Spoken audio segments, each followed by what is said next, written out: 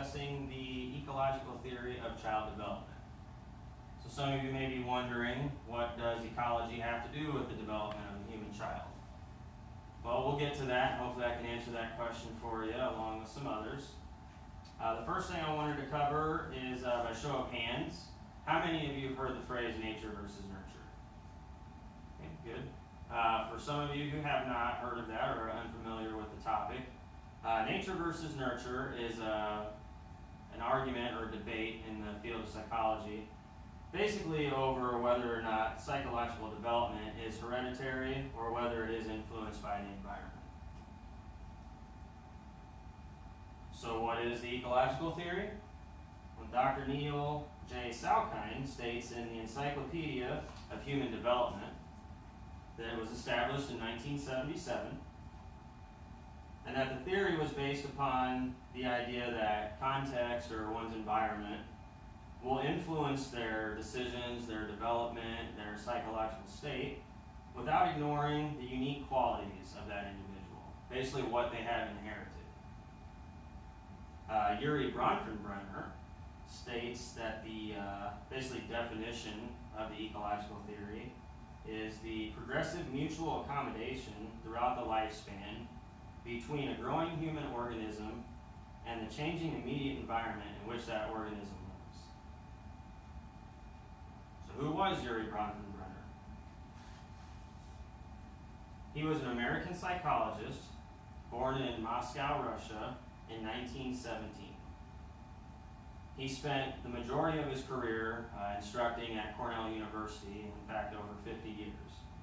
He also spent a lot of his career researching the importance of a child's context and how it can influence their psychological development. This research led him to establish the ecological theory in 1977, which he then revised in 1993. On September 25th of 2005, Urie Bronfenbrenner passed away at the age of 88 in his home in Ithaca, New York.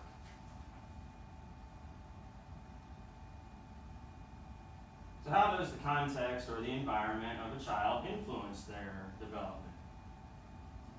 Indiana University professor Christine M. Vonderhaar, author of Social Psychology, A Sociological Perspective, describes the ecological theory and its four systems in her textbook.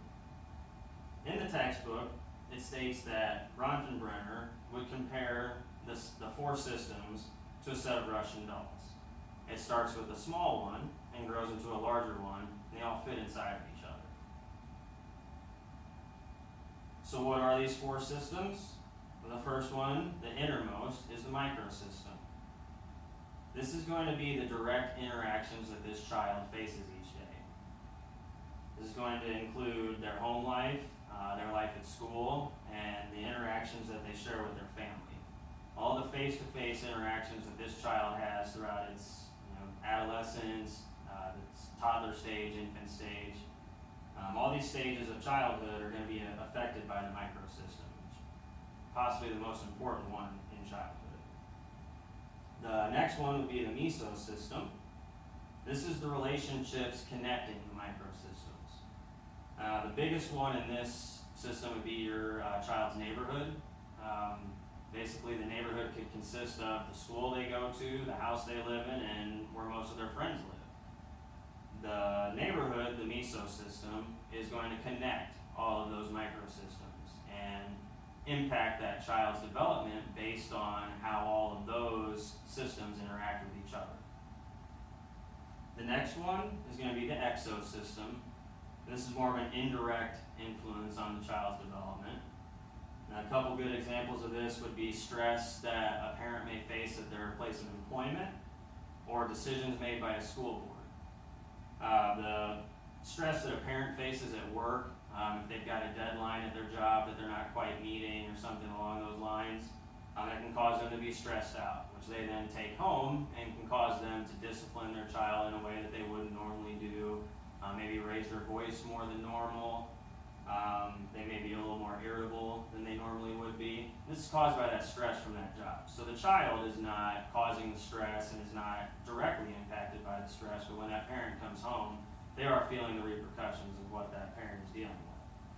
Same with the school board decisions. If the school board decides to fund one school over another, a child going to the school that missed out on the funds might miss out on some technology interactions, playground equipment, things like that. The final outermost system is going to be the macro system.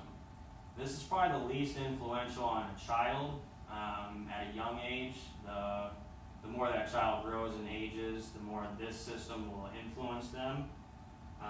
Mainly because it involves social influence, state, city laws, family values, cultural beliefs, things like that. The younger child isn't really going to have much of an impact on themselves. They're not going to be able to change, state laws, government laws. There's not much they can do about that. So the influence of those is not going to be as high. Now, when they get older, obviously they can vote.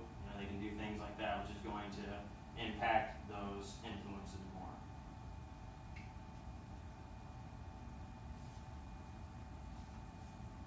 So one of the questions that has been posed by other psychologists of today's standards is that whether this theory is plausible or not. So it's been evaluated quite a few times.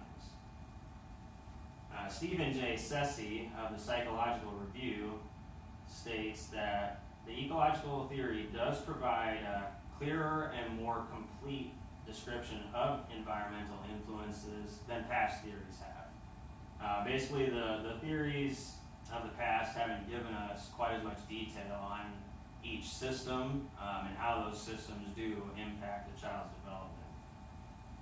Ceci does also state that Urie Bronfenbrenner did not view children as passive. He offered a more broad view of their development.